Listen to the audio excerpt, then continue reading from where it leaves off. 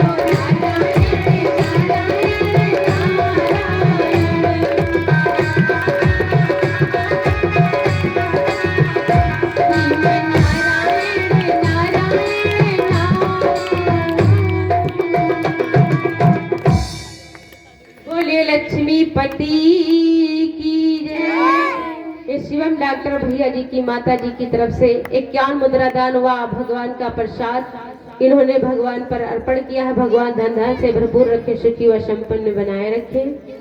आइए एक भजन करते हैं माता रानी का। वैसे तो मेरी माँ के भजनों के बिना इच्छा भी नहीं भरती। आइए सुनते हैं भैया। तेरी मेरी बीच में कैसा है ये बंधन पुराना, तेरी मेरी बीच में, तेरी मेरी बीच में कैसा है ये बंधन पुराना। मैंने नहीं जाना, मैंने नहीं जाना, मैंने नहीं जाना, तूने ही जाना। मैंने नहीं जाना, तूने ही जाना। तेरे मेरे बीच में, तेरे तेरे मेरे बीच में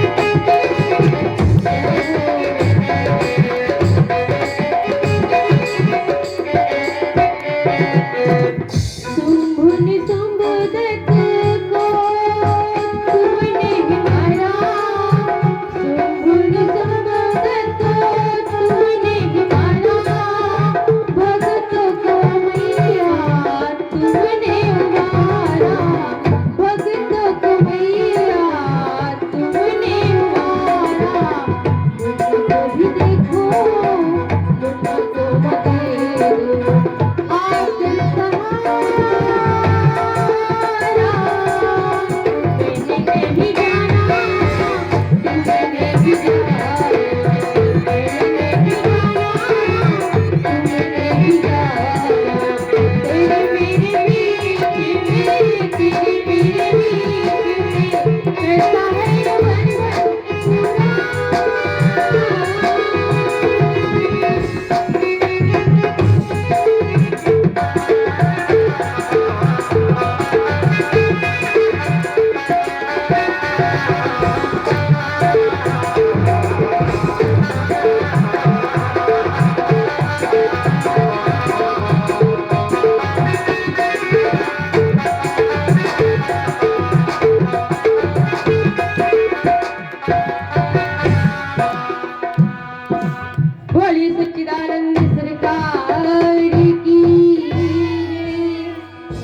गुरुदेव भगवान की। उग्रसेन का राज था मथुरा के दरमियान, आयति सुख साध सब की संतान, आयति सुख साध सब की संतान।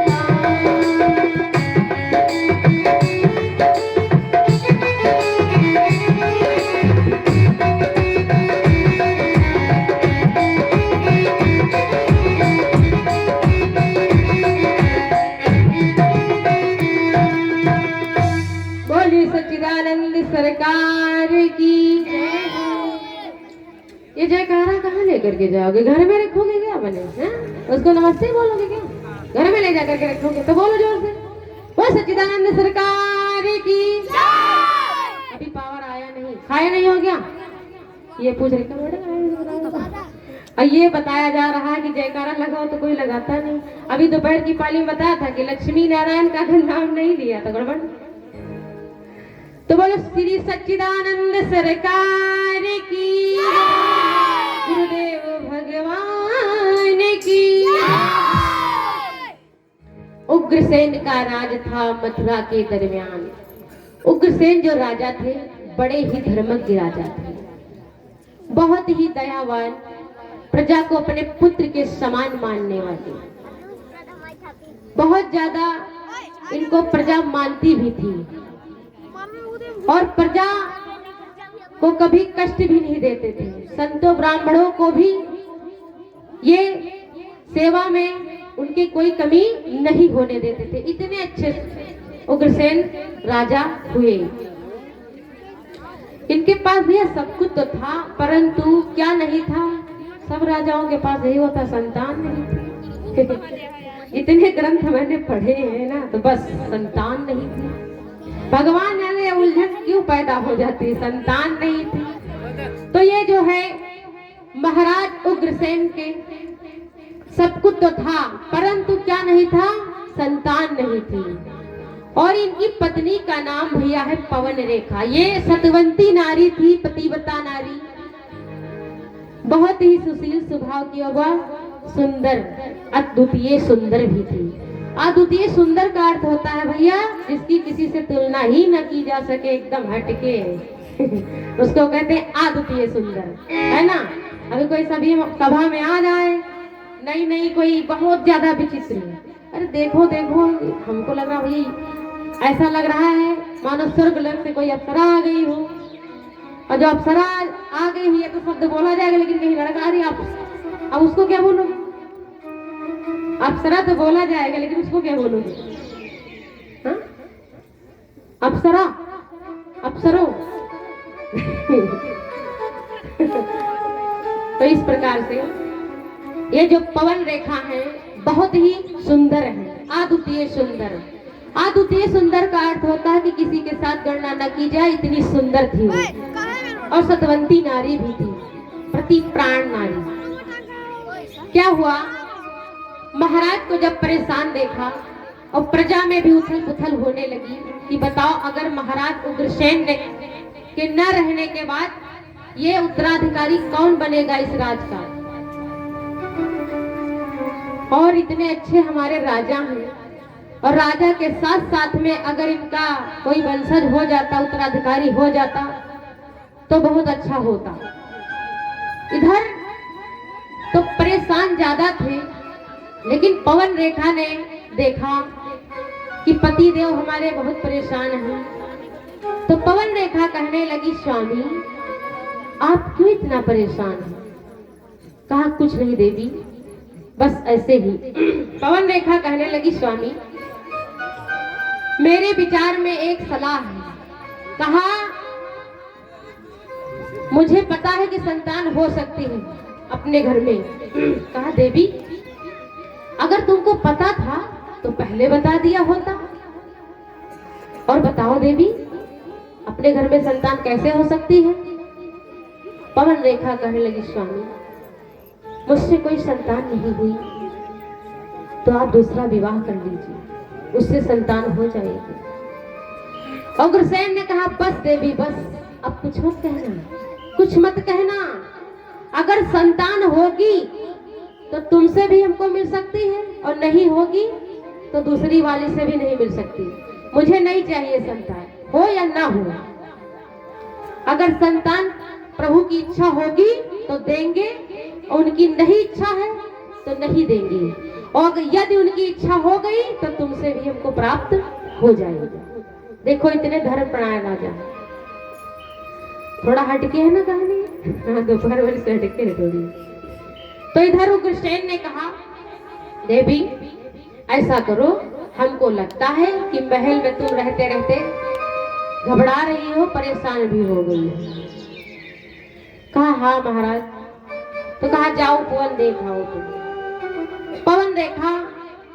उपवन देखने के लिए सखियों के साथ में चली और रथ सजाया गया, और सभी इनकी सहेलियां चली। भाई रानी थी, और रानी की नौकर रानी भी होती है, सखियां सहेली भी होती है। यहाँ तुम लोगों की भी होंगी, है कि नहीं? भैया लोगों के सहेला होते, तुम्हारी सहेली होती है ना भैया? होती ही नहीं होती? सबका अपना अपना होता है।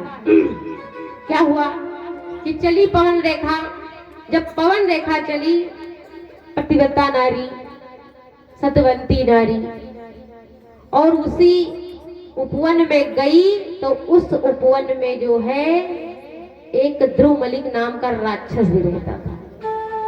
और जैसे पवन रेखा ने पैर रखे उस उपवन में, तो इनकी आभा भैया इतनी चमक रही थी मानो प्रकाश, इस प्रकार से लाइट नहीं आ जाती है तो चमकती है, इतना तेज था इनके अंदर। ये सतवंती नारी थी ना, मैंने पहले ही कह दिया, अद्वितीय सुंदर, इतनी सुंदर थी।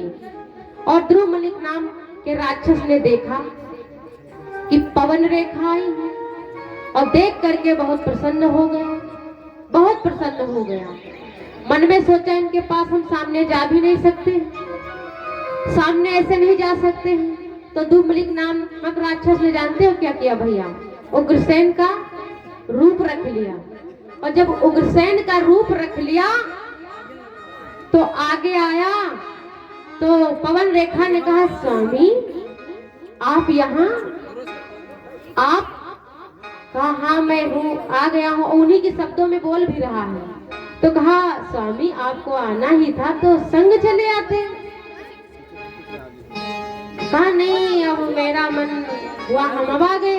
अब देखो राक्षस की वृत्ति। इधर पवन रेखा जो है साथ में कहने लगी कि ये जो है ध्रुवमलिक, उग्रसेन का रूप रखकर जो है ध्रुवमलिक नाम राक्षस जो है, इसने कहा ऐसा करते हैं, चलो चलो देवी उपवन देखते हैं। और जैसे उपवन देखने की बात कही, वैसे इतनी तेजी से हवा चलने लगी, सुगंधित हवा, बहुत ही सुगंधित हवा चली, मानो तूफान आने लगा। और जो है सुगंधित हवा चलने लगी, फूल पुष्प जो है